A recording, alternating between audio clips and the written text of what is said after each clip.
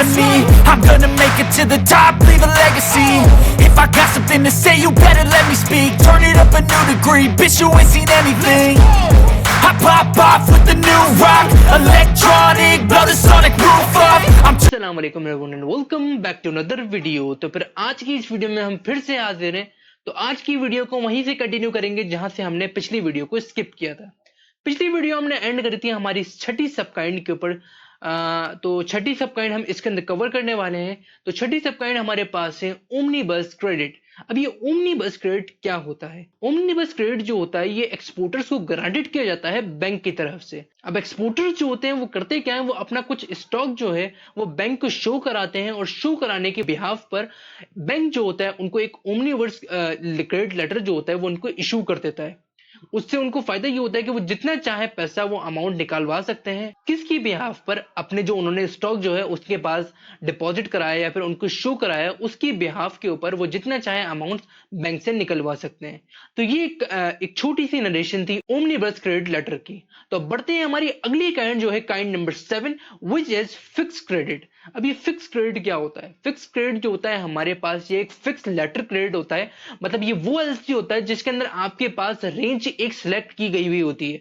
मतलब बैंक जो आपको एक एलसी देगा उसके अंदर उसने एक रेंज सिलेक्ट करी हुई होगी कि आप इस रेंज को क्रॉस नहीं कर सकते, क्योंकि वो आपका एक फिक्स लेटर क्रेडिट है। अब इसके अंदर आपके भले एक बिल्स हो या फिर एक से ज्यादा बिल्स हो, आपकी रेंज एक सिलेक्टेड है तो आप उससे ज्यादा आप इंक्रीज नहीं कर सकते। तो ये एक एग्जांपल थी फिक्स क्रेडिट लेटर की। तो अब अगली आ जाते हैं हमारे पास, अब नंबर 8 पे आ जाते हैं हमारे पास रिजॉल्विंग क्रेडिट। अब ये रिजॉल्विंग क्रेडिट लेटर क्या होता है?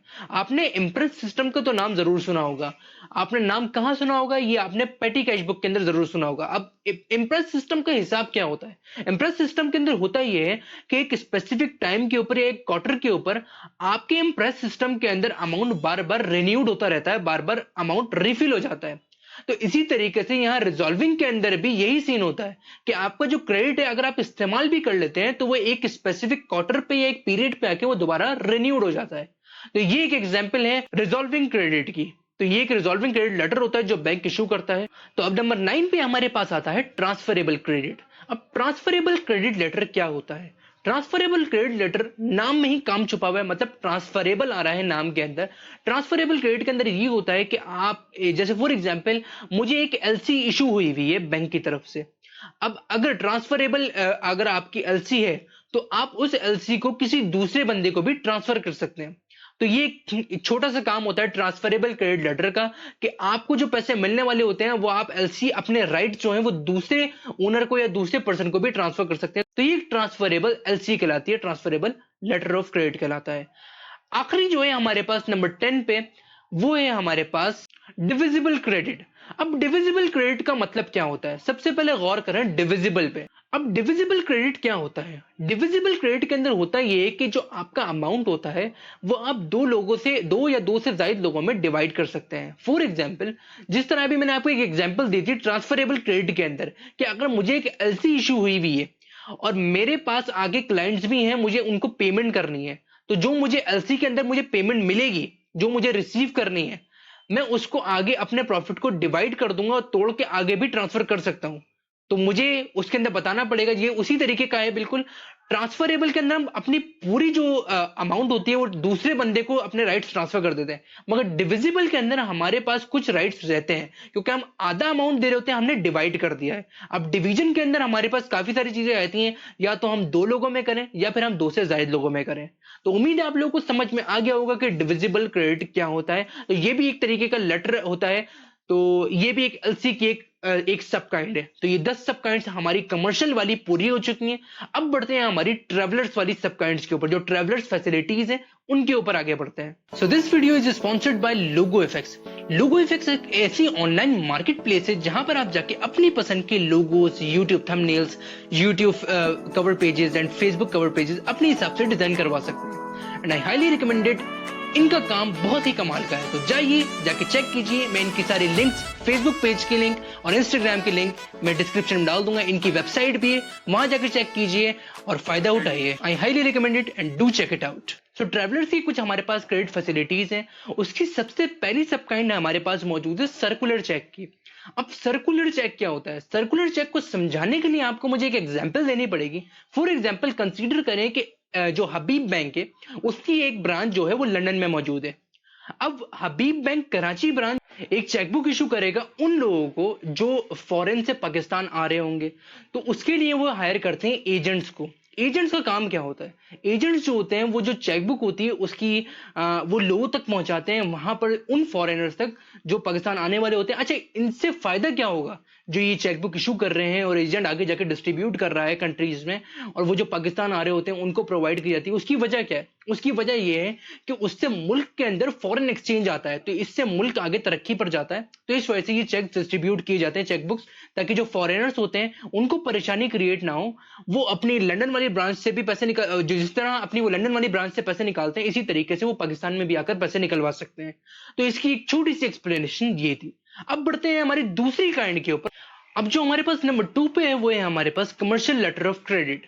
अब कमर्शियल लेटर ऑफ क्रेडिट जो है ये उन बिजनेसमैन को इशू की जाती है जो कि बाहर जाके शॉपिंग्स वगैरह करना चाह रहे होते हैं। फॉर एग्जांपल, अगर मुझे कहीं किसी अब्रॉड कंट्री जाना है, वहां जाकर मैं इस चीज से डर रहा हूं कि भाई मैं कुछ कैश कैरी नहीं करना चाह रहा हूं वहां पर, उससे बहुत सारे रिस्क हो सकते हैं, मुझे कोई रॉब कर सकता है या फिर मुझसे वो पैसे खो सकते हैं, तो मैं नहीं चाह रहा, मैं डर रहा हूं कि भाई मैं पैसे कैरी करूं।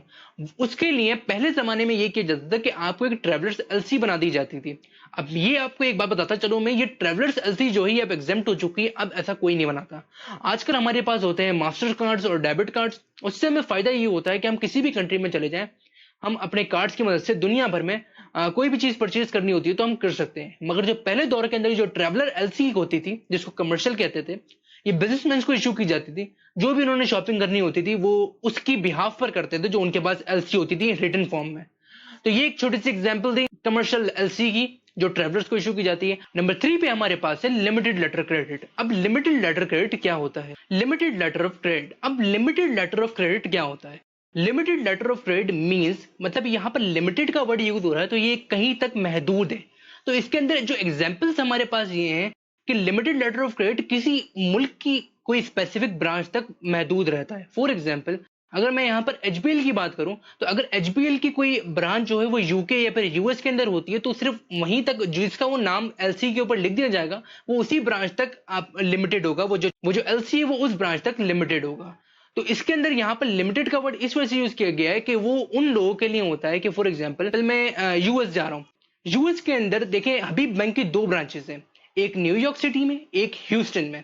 अब फॉर एग्जांपल मेरी रिहाइश जो है वो ह्यूस्टन में है, तो फिर जाने से पहले मुझे अपने बैंक से एक एलसी इशू करवानी पड़ेगी, जो कि उसके ऊपर स्पेसिफिकली लिखा हुआ होगा कि जो मैं कैश है वो अपनी ह्यूस्टन ब्रांच से मैं निकलवा सकता हूं। तो फिर मुझे आसानी हो जाएगी कि कैश के लिए अगर मुझे कैश की नीड होगी तो मैं अपनी एचबीएल की ह्यूस्टन ब्रांच से मैं इजीली बासानी अपना कैश निकलवा सकता हूं। तो ये कहलाती है ट्रेवलर्स एलसी। तो अब जो ये काम है ये एग्जाम्प्ट हो चुका है, उसकी वजह ये है क्योंकि अब इसकी कोई जरूरत नहीं पड़ती। ये ट्रेवलर्स एलसी जो है ये अब खत्म की जा चुकी है, क्योंकि अब आजकल है हमारे पास प्लास्टिक मनी का दौर। इसके अंदर हम क्रेडिट कार्ड्स का इस्तेमाल करते हैं और किसी भी मुल्क के अंदर जाकर हम अपनी बासानी पैसे निकलवा सकते हैं।